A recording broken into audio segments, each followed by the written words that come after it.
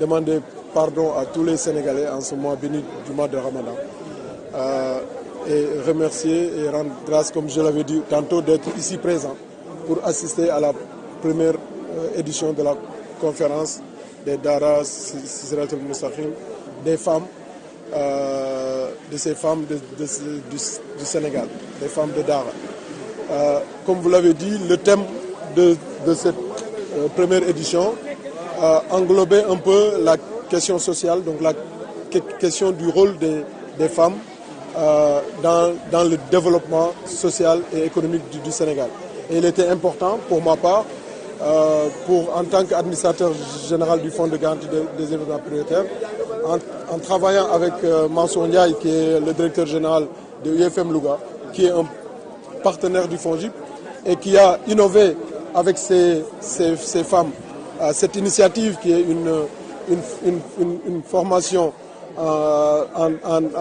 islamique, enseignement islamique. C'était important pour ma part d'être présent ici. J'écoutais Mansour tantôt, je disais, je suis un membre du parti présidentiel, je suis un responsable politique et j'ai eu la chance de participer, d'avoir même dirigé l'élaboration du programme Yoonu Yokkute du président Macky Sall. Le président Macky Sall disait, quand il venait au pouvoir, c'est le chemin du véritable développement. Et quand on était en train de regarder quel nom allait porter le projet du président de la République, on avait dit Yokkute. On n'avait pas dit Yoonu Yokkute. On n'avait pas dit Yoonu Komkom. On n'avavait pas dit Yoonu Natangué. Pourquoi le Yokkute? Le Yokkute, et en français, on avait dit chemin du véritable développement. Parce que nous savons qu'au Sénégal, nous avons un développement propre. Ce n'est pas seulement un développement économique, ce n'est pas un développement matériel, c'est un développement humain. Et c'est ça qui est ressorti à travers le mot Yoonu Yokkute, à travers le mot véritable développement. Et ce véritable développement requiert ces enseignements, requiert cette position, en tout cas cette posture de ces femmes, parce que c'est un développement spirituel, c'est un développement culturel, c'est un développement en termes de connaissances. Et c'est ça qui sera la base de l'émergence du Sénégal de demain. Et en venant ici, je constate que ces dames sont déjà en avance. C'est des porteuses un peu de voix pour venir communier avec la vision de son Excellence le président Macky Sall. Donc je ne pouvais pas ne pas être là aujourd'hui présent malgré toutes les charges et toutes les attentes au niveau de ma base, même à Ziguinchor aujourd'hui. Je tenais à venir leur témoigner de cette rencontre de vision, de cette rencontre également de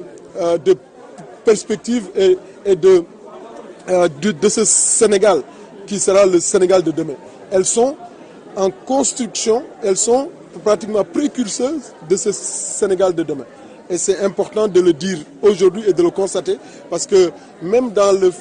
financement, Mansour le disait, il ne s'agit pas simplement de donner du financement aux acteurs et aux actrices économiques. Il s'agit que ces actrices économiques ou ces acteurs économiques puissent avoir les bagages culturels, spirituels et même intellectuels pour pouvoir prendre en charge cela parce que c'est un développement endogène, c'est un développement inclusif et elles ont un rôle fondamental à jouer dans notre développement futur. Et je voudrais pour cette initiative remercier et féliciter Mansour Ndiaye parce que c'est un chef de parti. J'ai entendu également sa réponse sur l'appel au dialogue du président de la République. C'est important, ce n'est pas surprenant parce que son parcours de fils de Dara, son parcours également, ses actions, ses activités aujourd'hui montrent qu'il y a une différence nette entre certains leaders. Et c'est cela qui doit être porté par tous les leaders au Sénégal. Et nous avons des valeurs, nous avons des hommes qui ont laissé des enseignements, une conduite de la gestion de la cité, de la gestion de la collaboration entre son prochain, entre son voisin. Et je suis heureux de constater qu'il répond positivement à cet appel du président de la République. Parce que je disais en truc, la politique, c'est pas la guerre, la compétition politique. Je le disais souvent en Wolof, que kujje politique du non. Je pense que nous tous, on ne peut pas expliquer, ne pas aller répondre à un appel d'une personne qui n'est pas votre ennemi pour dialoguer du devenir de ce Sénégal. Et tout le monde a sa part. Tout le monde, toutes les idées doivent être prises en compte. Et ces bonnes idées, et j'en suis sûr que si le président de la République entendait Mansour, qui est chef de parti, voyait ces initiatives, il allait se rendre compte que ça correspond avec sa vision de Yoonu Yokkute, de ce développement qui n'est pas un développement seulement économique, un développement matériel, c'est un développement personnel. C'est le Yokkute, c'est important, et quand c'est recherché, quand vous regardez la signification de Yokkute en Wolof, c'est un développement endogène qui prend en compte plusieurs dimensions. Et c'est cela qui est aujourd'hui porté par ces femmes, et je voudrais les remercier. en tant que njiitu FONGIP nga xamante ni ñëw nga fii ci conférence bi ban jàngat nga ci am ak lan nga ci mën a yokk ci loo xam ne luy jëmale kanam jigéen ñi. jërëjëf, maa ngi sant yàlla di julli si yonent bi Muhammad sallallahu alayhi wa sallam di sant yàlla bu ñu fi teewee di baalu ak waa Sénégal yëpp rawatina waa Ndar nga xamante ni man am naa fi wàll si weeru koor bi di ñaan yàlla nangu suñu koor yàlla baal ñu suñu ak yëpp di wax ni tey dama sant yàlla buñ fi teewee tey muy conférence bu njëkk boo xamante ni ay soxna ñoo jóg ci seen initiative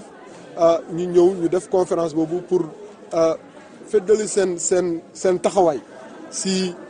njàngum diine, di feddali seen taxawaay si taxawaay soxna si Sénégal, si koom-koomu Sénégal, si éducation kër yi loolu nag muy sabab bi Mansour Ndiaye moo xamante ne mooy kilifa UFM Louga, muy chef de parti politique moo xamante ne sama xarit la, ñu bokk liggéeyal Sénégal, parce que si luñ ma jox loo xam ne président de la République man la ko dënk moom daf si am wàll bu rëy si liggéey bu muy def fii si gox-goxaan yi fépp ba Casamance ba Ross Béthio Louga fu nekk temps yi rek woo naa ko nee naa ko mu ñëw Guédiawaye ak Pikine. Donc Sénégal yëpp ñi ngi liggéey boobu te liggéey boobu lu si ëpp mooy jàppale jigéen yi, jàppale leen ndax ñu am financement pour mën a soxaleku seen liggéey seen activités yu ñuy def moom mu boole si liggéey boobu muy liggéey koom-koom boobu mu boole si jàng diine jigéen yi pour seen taxawaay gën a mën a dëgër si liggéey boobu may ne man de dama sant yàlla parce que dama bokkoon maanaam sax maa jiite woon bind mooy bu ñuy wax yoonu yokkute programme yoonu yokkute président man loolu moo ma boole ak président de la République dafa ma woo mu ne ma dafa bëgg ma jiite programme boobu loolu noonu buñ ko doon bind ñu koy weccoo ak président de la République bu ñu nee ban tour la ñuy jël loo xam ne lu ñu bind ba noonu pour loolu la yéene Sénégal naka la koy defee bu ñu seetee dañu def tubaab dañu def le chemin du véritable développement, ñu ne yoonu yokkute waxuñu yoonu am koom-koom wala yoonu am alal wala dañu ne yoonu yokkute te yokkute bi du alal rek, yokkute bi du am ay kër, yokkute bi leen yokkute si sa iman la, yokkute si yu bëri yoo xamante ni moom la ñu pour mooy projet président bi pour que fu ñu jëm ëllëg suñu Sénégal boo xam ne dafa nekk royukaay si adduna bi yëpp, nekk royukaay si Afrique, pour Sénégal yegg foofu ñëpp gis ci seen bopp développement humain boobu bu ñu wax yokkute boobu lii nii lu soxna yi tëral maa ngi ñaan yàlla na ko yàlla saxal ba faw lii dafa bokk ci loo xamante ni loolu dañ ko war a taxawal pour que loolu mën a am te ñoom xam nañu soxna yi seen taxawaay ci Sénégal, seen taxawaay ci kër yi, parce que ñoom ñoo yor éducation ku nekk rek na yow jël nga loo xamante ni loo jël ci sa yaay jëloo benn xaaj sa ci sa pap loolu seen ñun yëpp te ñoom dañu am importance suñu diine suñu amee diine nga xam ne seen suñu doom yi suñu jeunesse bi dañuy am diine am dal Mansour wax na ko sànq am humilité xam ni gëstu xam-xam terbiyu parce que loolu dafa am solo dañuy terbiyu suñu bëggee suba jiit ku bëggee njiite suba jiit da ngay terbiyu te loolu suñ ko amee nga xam ne loolu mooy valeur yi daara mooy valeur yi enseignement man gëm naa ni Sénégal suba dinañu yegg fu ñu war a yegg parce que fu ñuy dem il faut que ñu teg ko ci ay valeur parce que suñu yàlla xéewalalee ay xéewal yu bëri yu ñëw ci dëkk bi suñ ko tegulee ci ay valeur rek dañuy mel comme yeneen dëkk yoo xamante ni dañu seetaan seen valeur yi nga xam ne leneen la ñuy lal te loolu seytaane la te loolu baaxul ci suñu réew moo tax man mënuma fi woon bañ a teew di gërëm